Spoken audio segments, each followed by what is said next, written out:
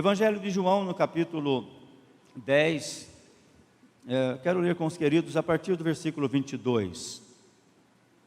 Está escrito: e em Jerusalém havia a festa da dedicação, e era inverno, e Jesus andava passeando no templo, no alpendre de Salomão.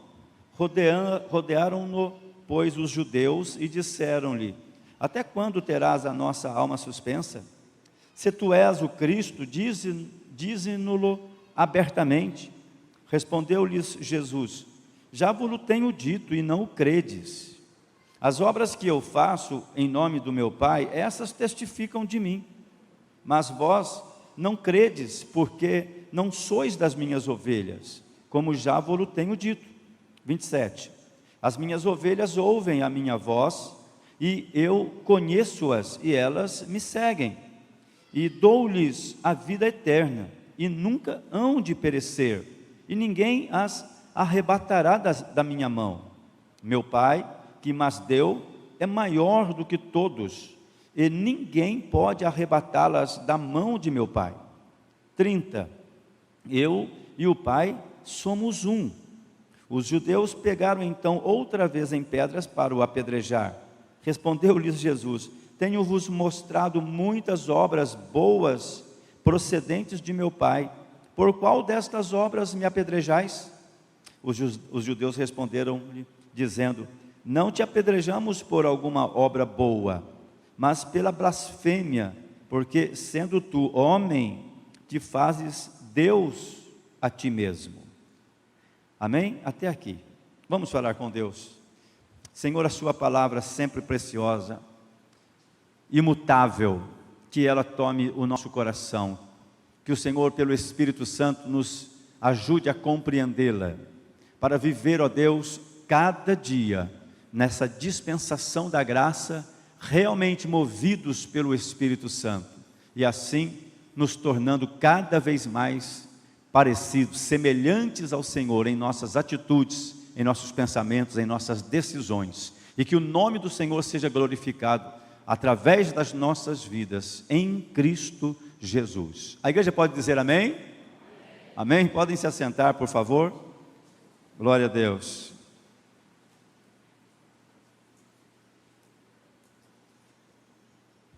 Glória a Deus. Só um recadinho a você que está nos visitando. Depois, no final, você pode atrás lá ganhar um livro da igreja como lembrança, e, se possível, deixar o seu WhatsApp para participar do grupo da igreja e ser informado de todas as nossas programações aqui. Muito bem, amados, é claro que nesse dia de manhã eu ministrei essa palavra. Ela não vai sair exatamente como de manhã, nunca acontece assim, não é uma gravação, né, da palavra, e nem é a intenção de uma repetição, é estarmos ministrando a palavra que Deus tem para nós nesse dia. E eu ousei dar um tema para a mensagem, como gosto de falar, de fazer sempre, e o tema dessa mensagem é: eu concordo com Pedro. Então eu gostaria que você repetisse esse tema. Você pode repetir: eu concordo com Pedro? Vamos juntos? 1, 2, 3. Eu concordo com Pedro. Se você conhece algum Pedro que você discorda totalmente, esquece ele, tá? De manhã o pastor Pedro estava aqui na igreja, eu ainda brinquei com ele, nós concordamos com ele também, né? Mas é óbvio que estamos falando do Pedro apóstolo, né? E vou no final mostrar por que esse tema, eu concordo com Pedro, mas quero falar sobre, obviamente, sobre Cristo nessa noite, e nos preparando para a ceia do Senhor mais uma vez. É um grande privilégio estarmos reunidos aqui, e hoje ainda recebendo novos irmãos, né, batizados nas águas ontem e também recebidos hoje aqui na igreja. É uma grande alegria. Tudo isso está acontecendo porque Deus, Ele nunca parou de fazer a sua obra. Ele não vai parar de fazer essa obra jamais. Amém, queridos? Por isso, aquilo que você está aguardando, aquilo que você está precisando, continue firme no Senhor, porque com certeza Ele está olhando para a sua situação e vai agir no momento certo. Ele nunca se atrasa, Ele não se antecipa, Ele sempre faz no momento certo, porque a hora de Deus é a melhor hora. Amém? Às vezes algumas coisas saem do nosso programa, mas nunca sai do programa do nosso Deus. Eu quero fazer aqui uma defesa dessa palavra, né, em que Cristo, o próprio Senhor, está se apresentando e mostrando aos judeus que Ele é de fato Deus, que Ele é o Senhor. E eles não acreditavam nisso. Eles não olhavam para Jesus como nós, os crentes, olhamos, entendemos. Para mim, Jesus é Deus. Tem mais alguém que concorda comigo? Diga amém, por favor. Todo crente tem que concordar que Jesus é Deus, que Ele é um só com o Pai, que Ele e o Espírito Santo, eles, os três, formam um. É um mistério, chamado de o mistério da triunidade, ou da trindade, mais comumente falado. Eles são apenas um, e isso é um mistério de Deus, e nós entendemos e aceitamos. Jesus, que veio nessa terra, Ele é 100% homem e 100% Deus. Esse mistério que nós já entendemos, o melhor, que nós já aceitamos, nós só aceitamos porque Deus nos ajudou. Ele colocou fé no nosso coração para confiar nele. Nós confiamos em Deus porque Ele gerou confiança em nós. Se Deus não gerar confiança em nós, se Ele não gerar essa fé em nosso coração, nós não conseguimos aceitar os propósitos de Deus, aceitar o próprio Deus, e faremos sempre do nosso jeito, tentaremos entender com o nosso raciocínio. E toda a lógica humana, por melhor que o homem seja, por mais capacitado intelectualmente que ele seja, por mais filosofia que ele desenvolva, ele não vai compreender os mistérios de Deus. Os mistérios de Deus são mistérios, e Deus revela aos seus. Quem é ovelha do Senhor vai receber essa revelação de Deus. O próprio Jesus já fez essa afirmação: as minhas ovelhas ouvem a minha voz, as minhas ovelhas acreditam em mim, as minhas ovelhas me seguem. Ou seja, se alguém não consegue seguir os princípios de Deus, se alguém não consegue obedecer os princípios da palavra, e diz que está seguindo a Cristo, tem algo errado. Porque quem está seguindo a Cristo, segue o Senhor em tudo aquilo que Ele é a referência, o próprio exemplo. Ele obedeceu em tudo para ensinar os seus seguidores a obedecerem. Jesus, certa vez, Ele estava com seus discípulos e vieram os cobradores de impostos, e Jesus, que era descendência de Davi, nem precisaria pagar impostos, porque havia uma promessa feita ao que destruísse o gigante Golias, a sua casa não mais teria esse compromisso, os filhos não mais precisariam. Mas Jesus, mesmo sem precisar, Ele disse para Pedro: vai até o mar da Galileia e você vai pegar um peixe. Dentro desse peixe tem uma estáter, tem uma moeda. Essa moeda, ela é o suficiente para pagar a minha parte e a sua. E Pedro foi lá e de fato tinha, e Jesus então cumpriu. E Ele depois também ensina alguns que o interrogavam sobre dar a César o que é de César e a Deus o que é de Deus. E Ele afirmou exatamente isso: nós temos que ser obedientes, nós temos que pagar. Jesus está fazendo tudo isso para ser o exemplo, a referência. Jesus também, Ele diz que nunca fez nada que o Pai não o orientasse, que o Pai não tivesse no comando.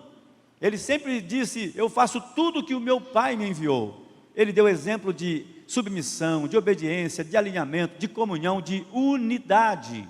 E Ele fez tudo isso, irmãos, para ensinar os seus seguidores. Ele também se humilhou ao lavar os pés dos apóstolos. Ele, sendo o maior, poderia ter ficado como os reis no seu trono, e os súditos deveriam lavar-lhe os pés. Mas Ele inverte essa ordem, e Ele é que lava os pés, dizendo: o maior deve servir. E Ele está dando exemplo de tudo. Olha, Ele diz depois para os seus apóstolos, para os seus discípulos: assim como me vistes fazer, vão também façam dessa forma. Então Jesus, Ele é a referência, Ele é o exemplo, e Ele é Deus. Todos nós acreditamos, mas algumas pessoas, elas estão, nesses últimos tempos, sendo confundidas com a pessoa de Jesus. Tem pessoas que não conseguem e negam que Ele é o Cristo, que Ele é Deus. E Jesus aqui com os judeus, Ele está orientando-os a isso. Ele está dizendo para eles: eu e o Pai somos um.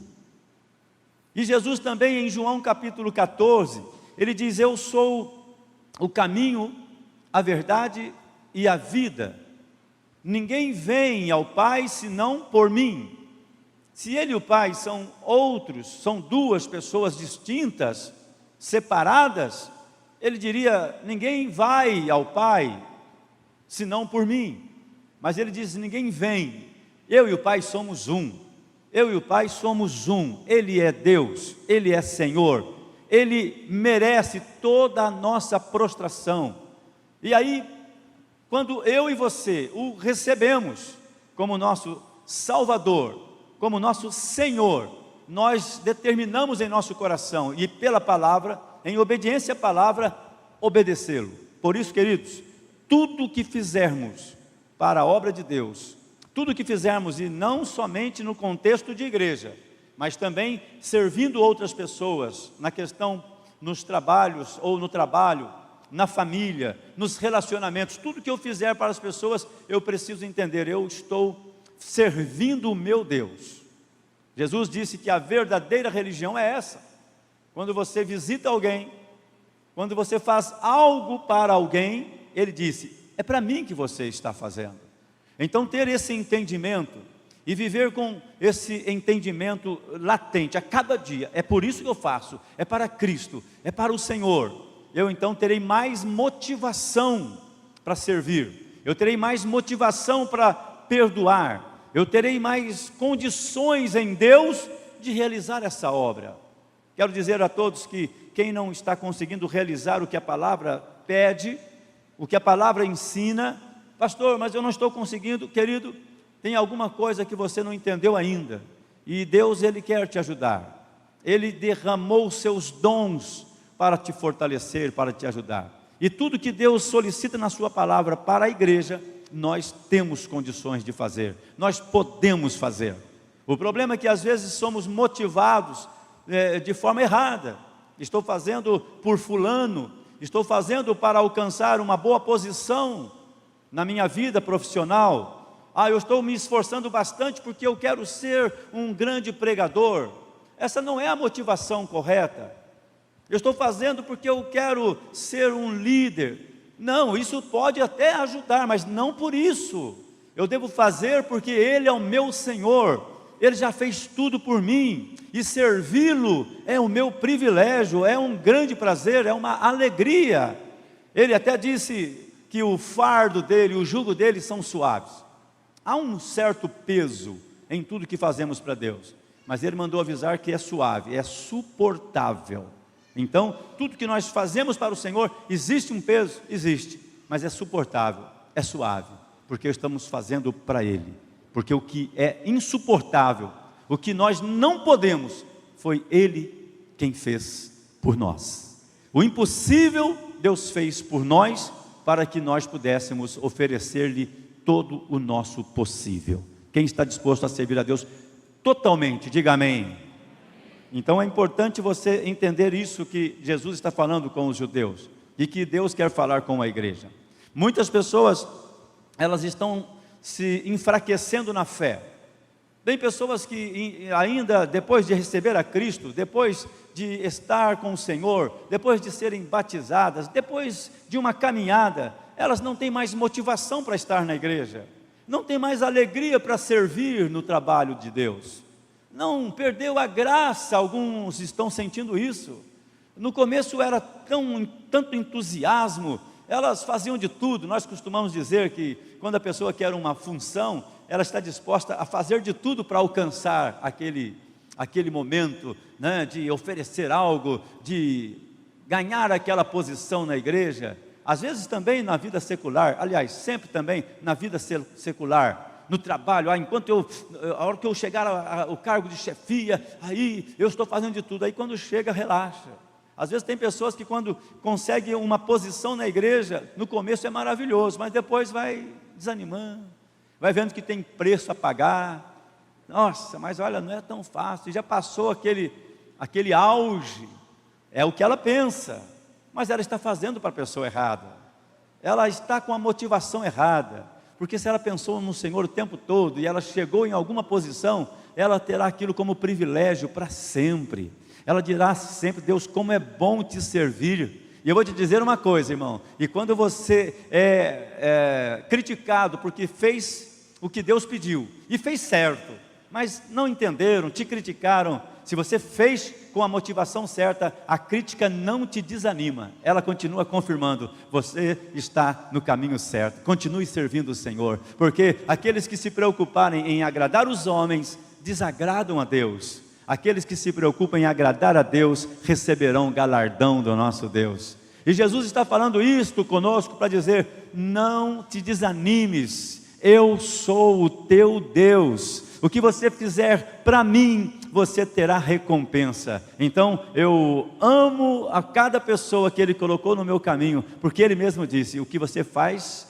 para alguém, é para mim que você faz. E da mesma forma, se você prejudica alguém, você não está prejudicando apenas uma pessoa, você está ofendendo o Senhor, não prejudicando a Ele, porque Deus não se prejudica com nada, Ele é Deus, Ele é autossuficiente, amém? Mas Jesus disse isso para Saulo de Tarso: Saulo, por que me persegues? E Saulo perseguia quem? A igreja. Mas Jesus disse: por que você me persegue? Quem persegue a igreja, persegue a Cristo. Quem critica a igreja, critica a Cristo. Quem ofende a igreja, ofende a Cristo. Ou seja, queridos, quem está indo contra você, está indo contra Cristo. E você deve orar para que Deus tenha misericórdia dessa pessoa, porque horrenda coisa é cair na mão do Deus vivo. Eu não quero que as pessoas que se fazem inimigas da igreja sejam condenadas, nunca, jamais quero isso. Por isso tenho que interceder por elas. Mas é importante que elas saibam que eu não estou criticando uma pessoa, eu estou criticando um membro do corpo de Cristo. Não é apenas de uma denominação.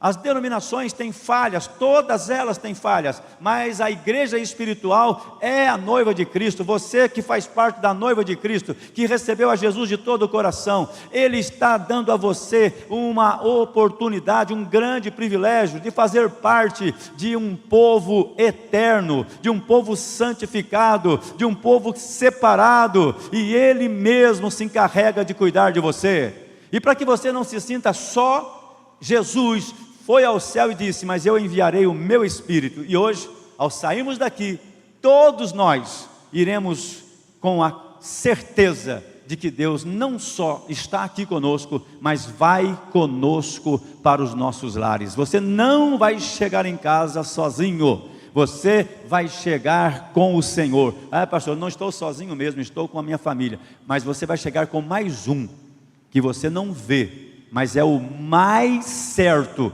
de que está com você. Pode ter certeza que na hora do problema, esse nunca vai te deixar. Eu estarei contigo para todo sempre. Quem quer ir com Jesus para casa assim, dá um glória a Deus bem bonito aí, irmão, porque Ele vai conosco, Ele nunca te deixará só. Você que está cultuando conosco pela internet, é a mesma coisa. Ele está aí na tua casa, Ele sabe que você não pode vir para o templo, e por isso Ele te ama, Ele te abençoa, em nome de Jesus. Eu quero fazer um complemento nessa exaltação do nome de Jesus aqui, em João capítulo 1, vou ler para todos aqui. João capítulo 1, versículo 11 diz assim: veio para o que era seu, e os seus não o receberam, mas a todos quantos o receberam, deu-lhes o poder de serem feitos filhos de Deus, aos que creem no seu nome, os quais não nasceram do sangue, nem da vontade da carne, nem da vontade do varão, mas de Deus. E o Verbo se fez carne e habitou entre nós, e vimos a sua glória como a glória do unigênito do Pai, cheio de graça e verdade. Quantos já receberam a Cristo aqui de todo o coração? Digam amém. mas a todos quantos o receberam, deu-lhes o poder de serem feitos filhos de Deus. Aqueles que não o receberam, ele deixa, e ele vai para quem quer recebê-lo. Eu estou falando disso porque nós ontem, como eu disse, batizamos almas que receberam a Cristo. E isso continua, irmãos, enquanto a igreja estiver aqui com o Espírito Santo, com o mover de Deus para a salvação, nós teremos almas. Hoje de manhã uma alma reconciliou-se com o Senhor, porque é importante. Deus, ele não se defende, ele não precisa disso. O que ele faz é falar de si para que as suas ovelhas compreendam, para que as suas ovelhas aceitem, para que as suas ovelhas o recebam, para que as suas ovelhas o obedeçam, e assim possam segui-lo de forma muito íntima. É o que ele está dizendo lá: as minhas ovelhas, elas ouvem a minha voz, elas creem, elas obedecem. Todo mundo que crê em Jesus Cristo dessa forma aqui, se torna ovelha do Senhor, se torna ovelha do aprisco de Jesus, e no aprisco de Jesus tem sempre mantimento, tem sempre alimento, e você nunca ficará sozinho, porque Ele estará contigo para todo sempre. Quantos confessam Jesus Cristo como Senhor e Salvador aqui, digam amém.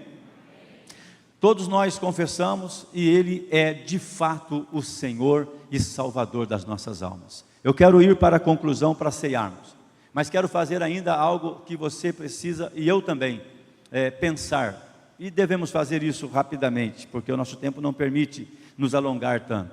Jesus, ele é o médico dos médicos, ele pode curar aquilo que a medicina ainda não encontrou o remédio, a solução. Ele é o advogado dos advogados, pode solucionar casos que você jamais encontraria alguém que pudesse fazê-lo. Ele é o Senhor dos senhores, ele pode fazer todas as coisas. Ele é considerado por todos os crentes o máximo de todas as coisas. Mas eu quero fazer algo que quero defender algo que toda a igreja precisa entender. Ele é médico e ele cura, ele é advogado e ele soluciona problemas, defende de fato. Mas nós precisamos tê-lo como Senhor, como aquele que tem o comando, como aquele que tem a direção, como aquele que diz: faça dessa forma, e os servos dizem: sim, Senhor, será feito da sua forma, da sua maneira, ainda que contrário aos meus sentimentos, mas os meus sentimentos, eles podem me enganar. Pela palavra do Senhor, eu vou obedecer os teus princípios, eu vou seguir pela palavra do Senhor. Essas pessoas, eu já disse para muitas pessoas individualmente, mas digo para todos agora, serão honradas por Deus. Quantos querem obedecer a Jesus em tudo aqui, digam amém. Você será honrado por Deus por fazer isso, mesmo quando obedecer o Senhor implica em desobedecer pessoas, ou separar-se de pessoas, mas eu vou obedecer o meu Deus, eu vou fazer a vontade do meu Deus, eu quero seguir os princípios do meu Deus. Serão todos esses honrados pelo Senhor, porque Deus não volta atrás na sua palavra. Se tem algo seguro, é obedecer a palavra do Senhor. E aí, queridos, a prática disso, porque todo mundo tem essa teoria, todo crente sabe, eu tenho que obedecer. Todo crente defende essa teoria: obediência quebra a maldição. Mas por que então que na caminhada, muitas vezes, pessoas, elas vão deixando alguns princípios para seguir algo que elas determinaram, vão deixando? Por quê? Porque elas dizem, elas querem obedecer o Senhor, mas elas estão vivendo um conflito que Paulo viveu. Paulo disse: o bem que eu quero fazer eu não consigo, mas o mal que eu não quero, esse eu faço. Depois Paulo, em seguida a isso, ele diz: portanto, nenhuma condenação há para os que estão em Cristo. Paulo está dizendo: olha, eu agora estou em Cristo. E mais na frente Paulo ainda vai dizer: a vida que eu agora vivo, não é mais a minha, mas é a vida dele em mim. Então Paulo está dizendo, eu consegui vencer, eu consegui romper, porque Paulo foi obediente ao Senhor. E até mesmo na sua luta, no famoso espinho na carne, quando Paulo está ali dizendo, não compreendo essa luta, por que isso? Jesus diz para ele, Paulo, você não terá todas as respostas, mas uma coisa eu te digo, a minha graça te basta. Foi o remédio para a alma de Paulo. Paulo tinha as lutas, tinha as dificuldades, ele viveu coisas que nós nem conseguimos imaginar. Sabemos porque está escrito, mas não dá nem para imaginar a tortura, o quanto aquele moço padeceu, mas nunca negou o Senhor. Ele sempre esteve na graça do Pai. E eu vou te dizer uma coisa, todo crente que vive assim, nessa dimensão, irmãos, a luta que você estiver passando, ou que venha passar, não vai sucumbir você, não vai destruir você, porque a graça te guarda, a graça te basta, a graça te cura, e a graça te levanta para a glória do Senhor. Você pode aplaudir o Senhor por isso? A graça nos levanta para glorificarmos o nosso Deus. Servir o Senhor é obedecer, e obedecer quando quero, e obedecer quando não quero. Ai pastor, como assim quando não quero? Porque às vezes você não está muito afim, irmão. Às vezes você vai receber um prêmio aí maravilhoso, você é até um dizimista, mas você diz, nossa, mas esse prêmio aqui, que eu recebi, pareceu algo aí, eu tive uma oportunidade, foi algo assim, um volume que eu nem imaginei. Você vai receber isso aí daqui uns dias, vai receber uma recompensa, vai receber algo que está preso, né? Deus vai liberar para você, porque Ele quer fazer isso na vida do seu povo. E quando vier tudo aquilo, você falar, não, aqui para tirar o dízimo é complicado, né pastor? Tirar o dízimo do meu salário, tudo bem, mas tirar o dízimo agora, disso que veio, esse montante é alto demais. Então ali você começou a perder a graça. Se você não consegue viver graça em todas as etapas, então você não consegue viver a graça. Quem vive a graça diz, sempre vou obedecer, de um jeito ou de outro, o Senhor é o meu pastor, nada me faltará. Não vai me faltar também a obediência, não vai me faltar também os princípios, submissão aos princípios do Senhor. Por quê? Porque Ele é o Senhor, Ele é o Todo-Poderoso, Jesus Cristo é a razão da minha vida. Para que você possa, e concluo com isso, se certificar como ovelha de Deus sempre, lembre disso, crer em Jesus. Todos nós dizemos que cremos. Quem crê, obedece. E aí você guarde isso, leve isso para casa. Eu estou obedecendo, meu Deus. Eu estou liberando o verdadeiro perdão para as pessoas que erraram contra mim. Eu estou me comprometendo mesmo com o reino de Deus, com a igreja do Senhor. Eu estou de fato fazendo a minha parte. E se você encontrar alguns nãos, e muito provavelmente algumas pessoas vão encontrar isso, eu não quero que você fique assim frustrado, e agora? Não, irmão, é simples. Arrependei-vos, pois, e convertei-vos. Retoma as primeiras obras, faça o que a Bíblia pede, o que a Bíblia orienta, e seja feliz. Você é filho de Deus, salvo, lavado e remido pelo sangue de Jesus, e nada nem ninguém poderá te condenar, porque você andará em espírito e não na carne, porque nascemos para adorar a Deus em espírito e em verdade. Amém, queridos? Aqui fica essa palavra de exaltação a Jesus Cristo. E por que eu dei esse tema, concordo com Pedro? Porque Pedro, quando Jesus e os seus discípulos estavam lá em Cesareia de Filipe, e Jesus estava com eles, e Jesus disse, quem as pessoas estão dizendo ser o Filho de Deus? Os discípulos disseram, olha Jesus, alguns dizem que é Jeremias, Isaías, ou um dos profetas. Estão falando várias coisas, eles falaram isso que a Bíblia registra, mas eu imagino também que outros ali falaram assim, não vou nem falar outras coisas que dizem de Jesus, porque a Bíblia fala que já o chamaram de beberrão, já o chamaram de charlatão, né? Já muitos outros adjetivos aí, né, muito negativos falaram de Jesus. Então dizem de Jesus o que querem dizer, porque não o conhecem. Aí Jesus trouxe a pesquisa para mais perto, né? Disse: e vocês que caminham comigo? E vocês que vão no culto todo domingo? E vocês que lá cantam tão bonito para mim? E vocês que vão lá e estão sempre reunidos nos domingos? O que vocês dizem a meu respeito? Seria mais ou menos isso. Ele estava falando com os seus discípulos. Tem discípulo de Deus aqui, amém? Tem? Então ele estava falando com os discípulos, e aí nessa hora que ele perguntou aos discípulos, o Pedro se levantou e disse: tu és o Cristo vindo de Deus. Era uma declaração muito séria, porque naquele contexto que eles viviam ali, confessar isso é risco de morte, porque todos queriam banir Jesus, sempre quiseram tirar Jesus da história, sempre quiseram exaltar César e outros reis, e outros líderes, e outros religiosos. Hoje, no mundo moderno, no tempo que vivemos, existem países que estão trabalhando para proibir o Evangelho. Já tem lugares aí que está saindo na internet, você já deve estar acompanhando, que não tinha, mas agora já estão proibindo falar de Jesus.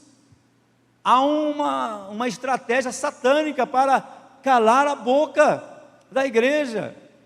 Há um movimento satânico tão grande, que eles querem descaracterizar Deus, Jesus, a família, o homem de bem, de moral, de princípios. Estão fazendo isso, sabe por quê? De uma forma estratégica. Satanás, o reino satânico, ele está guerreando ainda contra o Senhor, mas nós fazemos parte do exército dos salvos, da igreja de Cristo. E saiba de uma coisa: esse noivo, ele protege essa igreja.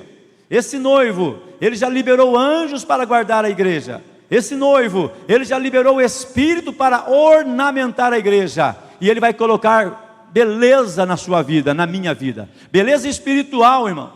Também vai ser física, amém. Mas daqui a pouco ela vai passar. A física passa, mas a espiritual permanece. Então se alegre com o que Deus está fazendo espiritualmente na sua vida. Ele está enchendo a sua igreja de dons, com a graça dele, e preparando. E pode ter certeza de uma coisa: que todo o inferno se levante mesmo, e quando o inferno achar que vai fazer algo contra a igreja, o Deus Todo-Poderoso vai arrebatar a sua igreja e vai dizer: ela é minha, eu já disse isso. E quando Pedro disse: tu és o Cristo vindo de Deus, ungido de Deus, Jesus disse para ele: Pedro, não foi o sangue e a carne que te revelou isso. Isso não é compreendido pelo intelecto humano, pela razão do homem. Não. Quem te revelou isso foi o meu Pai que está no céu.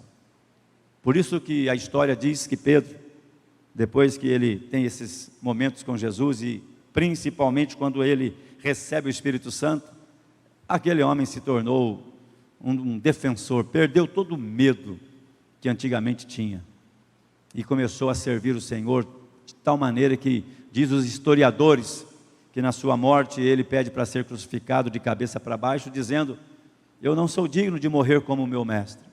E alguém poeticamente até diz que Jesus morreu na cruz contemplando a humanidade na terra, e Pedro de cabeça para baixo contemplando a eternidade celestial e dizendo: eu posso até morrer assim, mas é para lá que eu vou, porque o meu Redentor vive, Ele é Senhor e Deus. Quem concorda com Pedro? Aplauda Jesus então. Aplauda o Jesus de Pedro.